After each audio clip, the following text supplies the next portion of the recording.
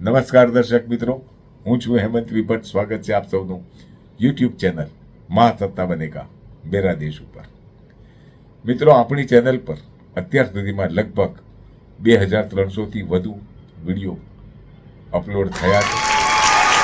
પણ આજનો વિડીયો જે આપ જોવાના છો એ બધા જ વિડીયોથી અનોખો છે.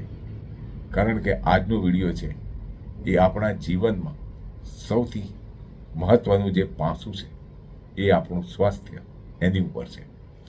અને આજે આપને જે માહિતી મળવાની છે એ ખરેખર ખૂબ જ ચોંકાવનારી માહિતી છે. માટે મારી આપને સલાહ છે કે આ વિડીયો આપ શરૂઆતથી અંત સુધી ચોક્કસ જોજો. તો મિત્રો, હવે આપણે આવીએ આજના આપણા એપિસોડના વિષય ઉપર.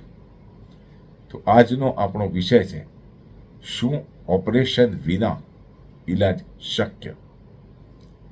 કોઈ પણ જાતની વાઢકાપ વિના જો મણકો ઘસાઈ ગયો હોય, નસ દબાતી હોય, જો ઢીચણમાં ઢાંકણી ઘસાઈ ગઈ હોય, તો વાઢકાપ વિના એનો ઈલાજ શક્ય છે. તો મિત્રો, આ એક ખૂબ જ મહત્વના પાસા ઉપર આપણા સમાજના મહાનાયક શ્રી નીતિનભાઈ ભટ્ટે ડૉક્ટર પ્રકાશ યુ ઉપાધ્યાય સાથે એક મુલાકાત લીધી હતી અને એમાં ખૂબ જ ચોંકાવનારી માહિતી એમની પાસેથી મેળવી હતી. તો પ્રસ્તુત છે એ માહિતી. આપણી સાથે રાયગઢ નિવાસી પ્રકાશભાઈ ઉમિયાશંકર ઉપાધ્યાય, જે પોતે ફિઝિયોથેરાપિસ્ટ છે. અમદાવાદના ઓઢવ વિસ્તારની અંદર ફિઝિયોથેરાપીનું એમનું ડિસ્પેન્સરી છે. એમાં પોતે ઘણા વર્ષોથી કામ કરી રહ્યા છે. એમનો હું પરિચય આપું છું અને એ કઈ બાબતના નિષ્ણાત છે એ બાબતમાં આપણે જાણકારી લઈએ. આપણે પ્રકાશભાઈ, હાજી, તમારો એડ્રેસ શું છે ઓઢવનું? ઓઢવ મારું એડ્રેસ છે 6 વીકે કોમ્પ્લેક્સ, બીઆરટીએસ બસ સ્ટોપની સામે, ગુરુદ્વારાની સામે, ઓલ્ડ આશીષ એન્ડ મંગલમ સિનેમાની બાજુમાં. Mobile number? મોબાઈલ નંબર છે 9981291997 અને બીજો છે એ 6351536260. તમે કયા ગામના?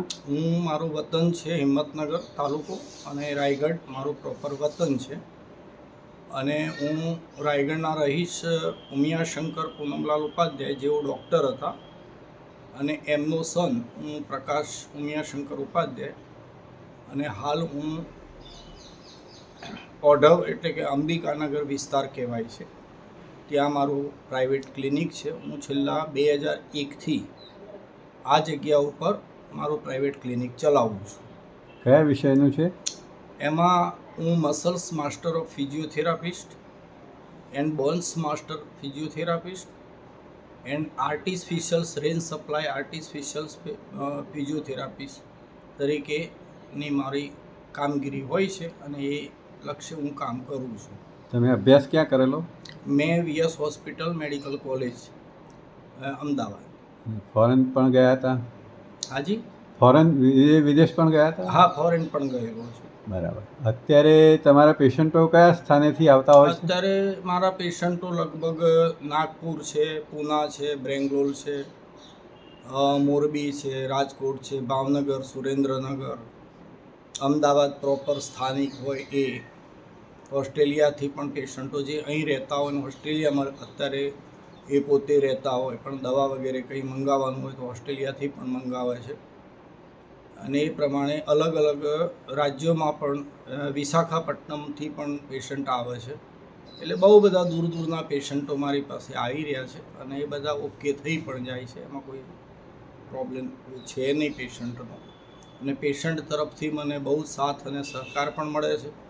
અને આજે ઓઢવની અંદર 23 વર્ષથી કામ કરી રહ્યો છું અને મારી નામના પણ લોકો તરફથી બહુ પેલી છે અને મને એક સારા ફિઝિયોથેરાપિસ્ટ ડૉક્ટર તરીકે લોકો ઓળખે પણ છે.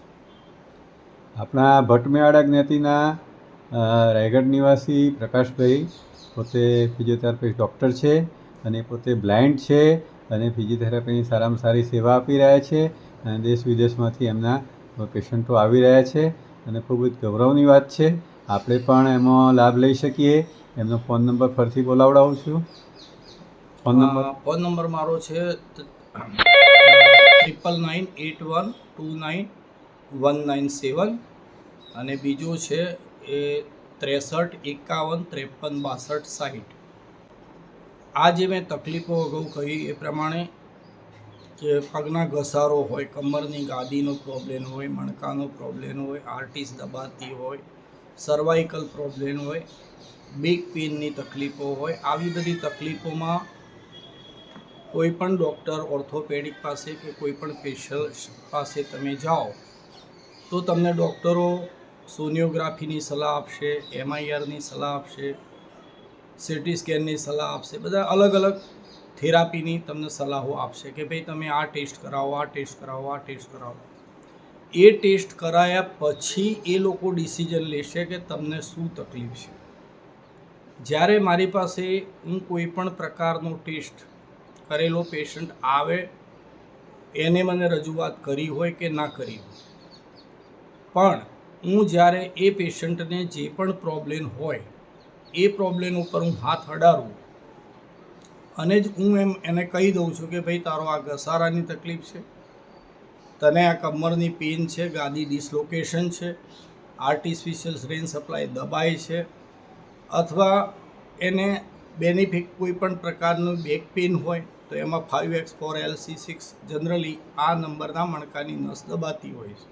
આને ડૉક્ટરો સાયટિકા તરીકે ઓળખે છે. આપણે ગુજરાતી ભાષામાં એને રાંજલ કહીએ છીએ.